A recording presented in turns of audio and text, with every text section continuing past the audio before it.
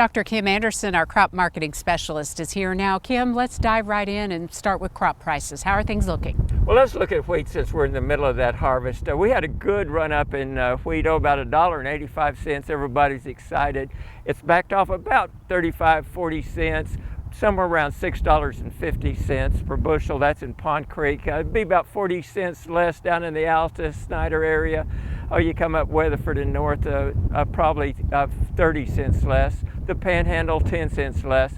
We've got to remember that the average price in Oklahoma for wheat during the June through August time period is $5.85.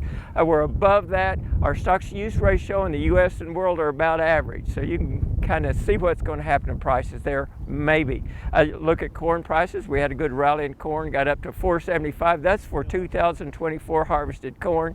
We've taken 25 cents off of that down to about $4.40. Average price is $4.80. That stocks-to-use ratio are well above average, the U.S. and the world, so you'd expect below average prices. Soybeans, $10.80. That is the average price during harvest for soybeans, and this is for the 24 harvest. That's down 80 cents from a few weeks ago. With the stocks-to-use ratio in the U.S., a little bit above average, the world around average. This is about what you'd expect. Cotton prices the last couple of weeks, December contract has fallen from near 80 to down around 73. Let's talk about harvest now. We're hearing from Amanda Silva this week, of course, the Mesonet crew, talking about all the rain. What's your take on harvest? Well, if you look at what's going on at harvest, it rains, it's slowing down the harvest. We were harvesting about a week or so earlier than normal. This is slowing us down. There's some potential problems there with the heavy rains, some hail, but I think the harvest is coming along relatively well, relatively good test weights. Protein depends on where you are, but it's an Oklahoma harvest, and there's a bunch to go, and you just really don't know what's going to happen. That's right. Yeah. It's kind of like this every year, and this year is no exception. That's right. Let's talk about this decline in prices and kind of strategy for producers. What are you recommending? I think you just dollar cost average into the market. You look at June, July, August average around $5.85. I don't care if June, July, or August, those monthly averages are around there. You got a 23-cent average price drop going from August to September, so sell it during that June through August period.